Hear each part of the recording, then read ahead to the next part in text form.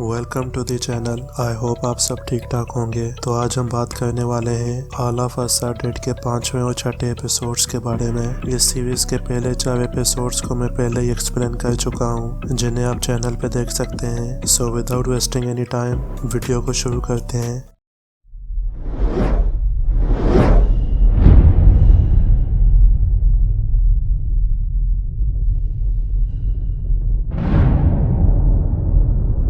तो एपिसोड 5 शुरू होता है और हम देखते हैं मिजन और जंगाड़ी के ग्रुप को, जो ज़ॉम्बी से लड़ रहे होते हैं और जंगाड़ी अपने भाई वुजिन को ढूंढ रही होती है।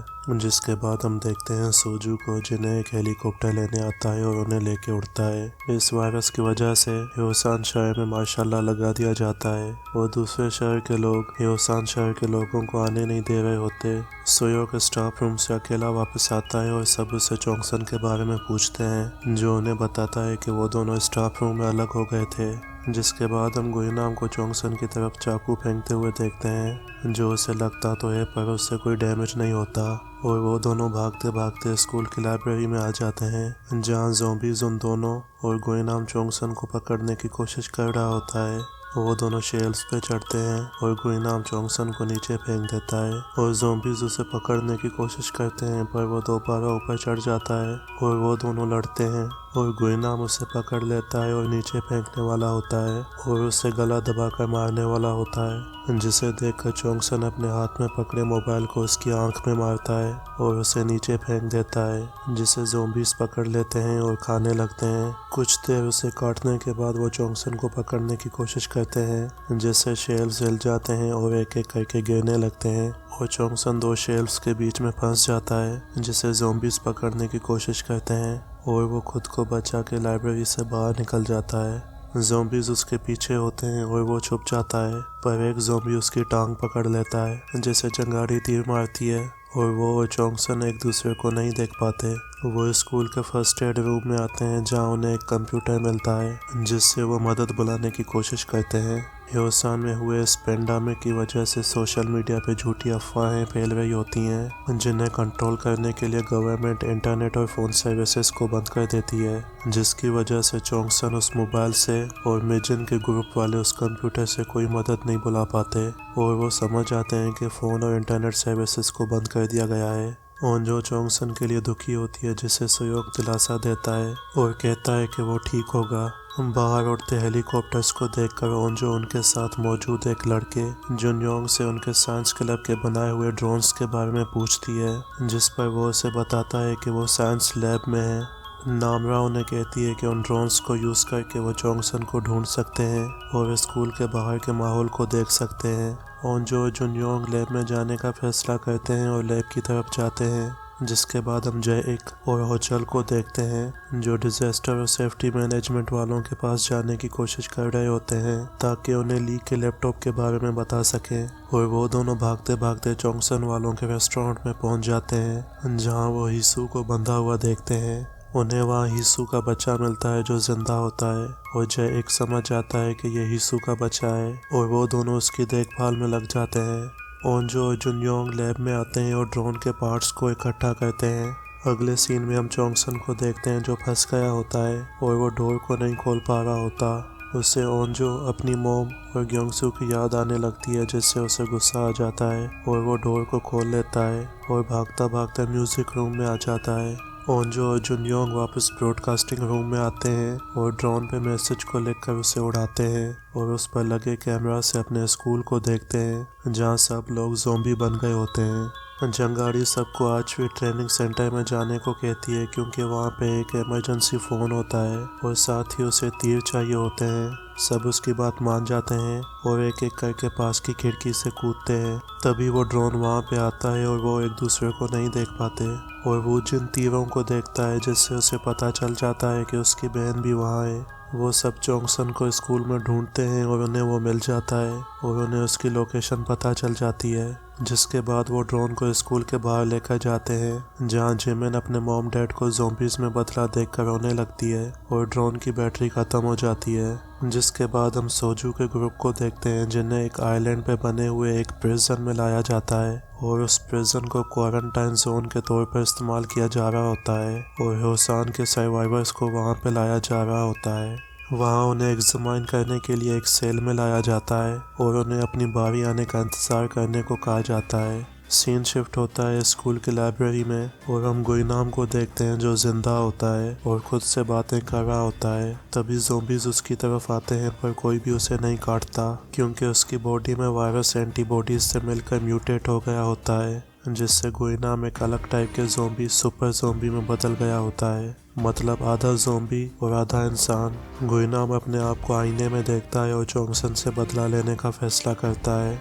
चोंगसन को रूम में कुछ आवाज़ सुनाई देती है और उसे कोई छुप के देख रहा होता है।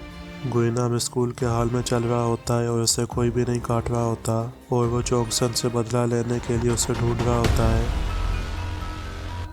जिसके बाद हम चुलसो को छत पे SOS लिखते हैं और यूंजी को, जो ज़ोंबीज़ के काटने के बावजूद जिंदा होती है, उसे अपने हाथ धोते और तैयार होते हुए देखते हैं और वो भी गुइनाम की तरह सुपर ज़ोंबी में बदल गई होती है। चोंगसन को म्यूजिक रूम में पियानो के नीचे एक ज़ोंबी फंसा मिलता है और उसे नायोन छुप छुप के देख रही होती है जो स्टोरेज रूम में होती है।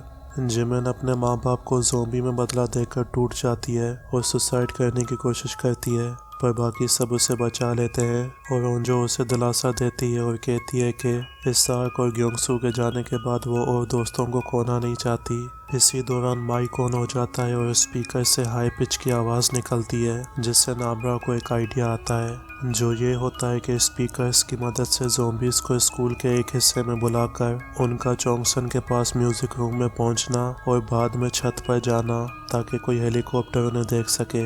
वो सब माइक से अनाउंसमेंट करके चोंगसन को वही म्यूजिक रूम में रुकने को कहते हैं और अपने आने के बारे में बताते हैं। उनकी ये ब्रॉडकास्टिंग गुइनाम और नायोन भी सुन रहे होते हैं और गुइनाम चाकू के साथ ब्रॉडकास्टिंग रूम की तरफ निकलता है। उनका प्लान काम करता है और सब ज़ोंबीज़ स्पीकर्स की तरफ भागते हैं पर एक ज़ोंबी स्पीकर्स की तरफ नहीं जा रहा होता और वो ब्रॉडकास्टिंग रूम के पास होता है। वो सब चुपके से उसके पीछे से निकलने का फैसला करते हैं और ब्रॉडकास्टिंग रूम से निकलते हैं पर शोर हो जाता है और वो ज़ोंबी उन्हें देखकर हमला करता है जिससे सुयोक लड़ता है और बाकी सब म्यूजिक रूम की तरफ भागते हैं। गुइनाम ब्रॉडकास्टिंग रूम में आता है जहाँ उसे कोई भी नहीं मिलता और उसे पता चल जाता है कि सब लोग छत की तरफ जा रहे हैं। वो ज़ोंबी सुयोक को पकड़ लेता है जिसे गुइनाम चाकू मारता है और सुयोक को बचाता है। गुइनाम उससे चोंगसन के बारे में पूछता है और उसके पूछने पर बताता है कि वो उसे मारना चाहता है। सुयोक के नाम बताने पर गुइनाम उस पर हमला करता है और उसे मारने की कोशिश करता है और सुपर ज़ोंबी होने की वजह से गुइनाम उससे ज़्यादा ताकतवर होता है। वो उसे गला दबाकर मारने लगता है पर नामरा उसे बचा लेती है जिसे वो काट लेता है। ये देखकर सुयोक उसे खिड़की से बाहर फेंक देता है और नामरा के जख्म को देखने के बाद उसे लेकर वहां से निकलता है। मिजिन का ग्रुप ज़ोंबी से लड़ता लड़ता आर्चरी ट्रेनिंग सेंटर पहुंच जाता है पर इसी बीच जुनसोंग जख्मी हो जाता है। बाकी सब चोंगसन के पास पहुंच जाते हैं और उसे अपना छत पे जाने का प्लान सुनाते हैं जिसे नायोन भी सुन रही होती है। तभी वो सब नामरा के बाजू पे काटने का निशान देखते हैं। जिसके बाद हम सोजू को देखते हैं जिसने उस पॉलिटिशियन पार्क को हिफाजत के साथ कैंप में पहुंचाने का काम कर लिया होता है और वो अब ओंजो को बचाने स्कूल की तरफ जाना चाह रहा होता है पर वो लोग उस सेल में क्वारंटाइन होने की वजह से 4 हफ्तों के लिए फंस गए होते हैं। वहाँ से निकलने के लिए वो और उसका साथी 2 गार्ड से लड़कर उन्हें बेहोश करते हैं और उनकी यूनिफॉर्म पहनकर वहाँ से निकलने का प्लान बनाते हैं। सोजू वहाँ स्कूल के किसी भी बच्चे को नहीं देखता जिससे वो समझ आता है कि स्कूल के बच्चों को किसी ने भी रेस्क्यू नहीं किया। चोंगसन नामरा को मारने की कोशिश करता है और सुयोक उसे रोकता है और बताता है कि उसे गुइनाम ने काटा है। ये सुनकर चोंगसन उसे बताता है कि गुइनाम को ज़ोंबीज़ ने काटा था जिसके जवाब में सुयोक उसे कहता है कि गुइनाम ज़ोंबी नहीं था क्योंकि उसने उससे बात की थी और उसे पहचाना था। जब नामरा को पता चलता है कि गुइनाम को ज़ोंबीज़ ने काटा है तो वो वहाँ से जाने लगती है पर सुयोक उसे रोक लेता है और सबकी तसल्ली के लिए नामरा को लेकर खिड़की के पास खड़ा हो जाता है और सबसे कहता है कि अगर वो ज़ोंबी में बदली तो वो खुद इसे खिड़की से फेंक देगा। आर्चरी ट्रेनिंग सेंटर में सब लोग जुनसोंग की पट्टी करते हैं और जंगाड़ी इमरजेंसी फ़ोन को ट्राई करती है जो कि डेड होता है। नामरा बदलने लगती है और सोयोग को काटने की कोशिश करती है, जिससे सोयोग चोंगसन के वार से बचाता है। वो दोनों लड़ने लगते हैं और चोंगसन नामरा को मारने की कोशिश करता है, जिससे ओंजो रोकती है और कहती है कि नामरा ने सोयोग को नहीं काटा क्योंकि उसके मुंह पे खून नहीं है। ये सुनकर चोंगसन रुक जाता है और सब लोग सेटिस्फाई हो जाते हैं कि वो इन्फेक्टेड नहीं है, क्योंकि उसे काफ़ी टाइम हो गया होता है और वो ज़ोंबी में ट्रांसफॉर्म नहीं हुई होती। पर तभी वो उन सबको कहती है कि वो सोयोग को काटना चाहती थी, जिससे उनके बीच फिर से टेंशन क्रिएट हो जाती है और नामरा वहाँ से जाने लगती है, जिसे ओंजो रोक लेती है और सबसे कहती है कि नामरा में ज़ोंबी बनने का कोई भी सिम्टम नहीं है, जैसे कि नाक से खून बहना या कोई और। पर फिर भी वो उसे वहाँ से जाने को कहते हैं, जिसे देखकर सोयोग नामरा का हाथ अपने हाथ से बांध देता है और उसकी रिस्पॉन्सिबिलिटी लेता है, जिसे देखकर सब चुप हो जाते हैं।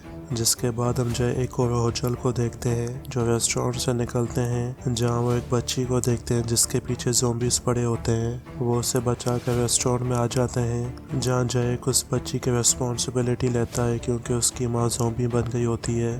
डेसू और बाकी सब खाने के बारे में बातें करते हैं और नायोन उनकी बातें सुन रही होती है जो स्टोर रूम में होती है, और उसके पास बहुत सी खाने पीने की चीज़ें होती हैं।